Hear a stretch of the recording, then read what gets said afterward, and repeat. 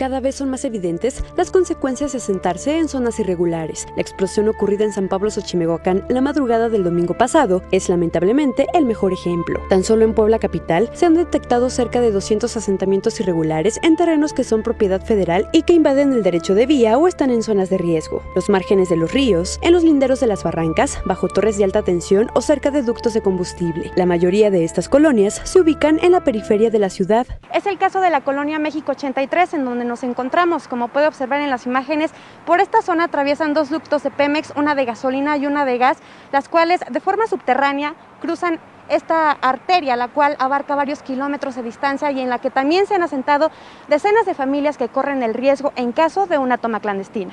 Aunque hay señales que indican que está prohibido excavar o construir a menos de 10 metros a la redonda, hay viviendas a menos de 50 centímetros de distancia. Pasan acá los ductos, ¿no? Es peligroso. Bueno, en sí hubo una ocasión que creo que ahí habían decomisado porque algo, ¿cómo se llama?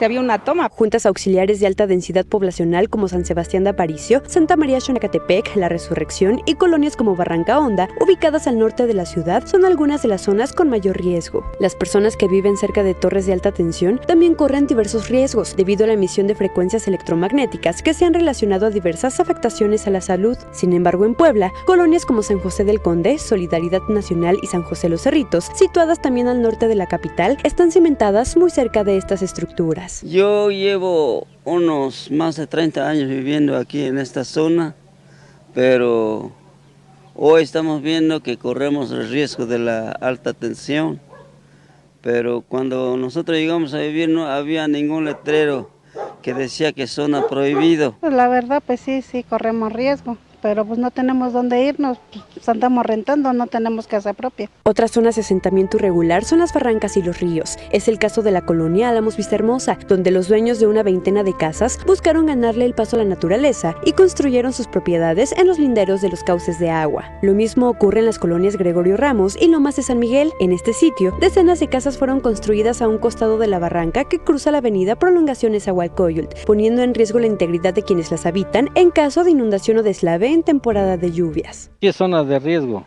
lo entiende uno, pero pues aquí los que vendían fueron uno por necesidad compra uno donde sea, ¿no?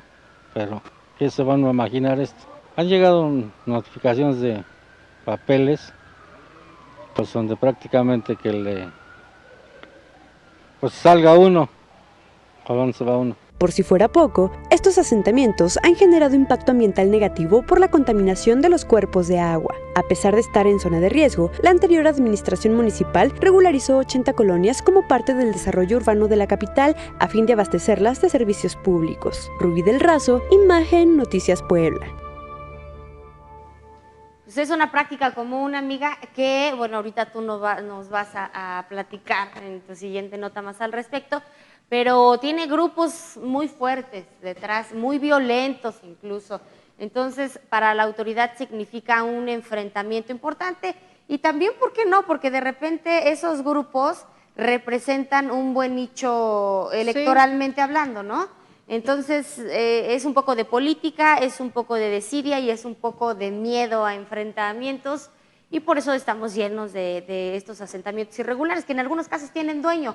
Tú tienes tu terreno, que es tu inversión de tu vida, y de repente ya hay 20 casas de campaña instaladas y ¿sabes cuándo te lo van a regresar?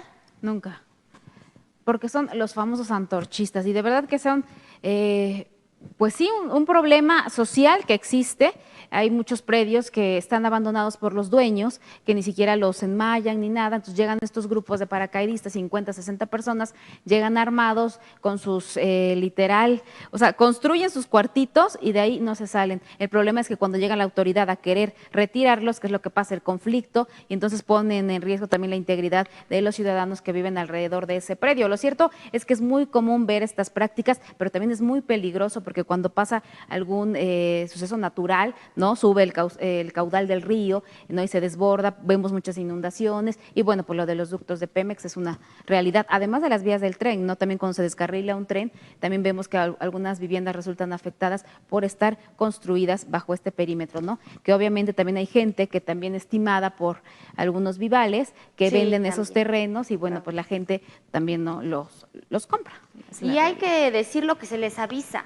Sí. O sea, ellos estaban avisados que debajo de sus casas había ductos de gas LP y en muchos otros casos también están avisados de que el río, de que hay riesgo de deslaves, porque a veces Sí. se suben a los cerros, pero bueno, la propia necesidad no lo permite.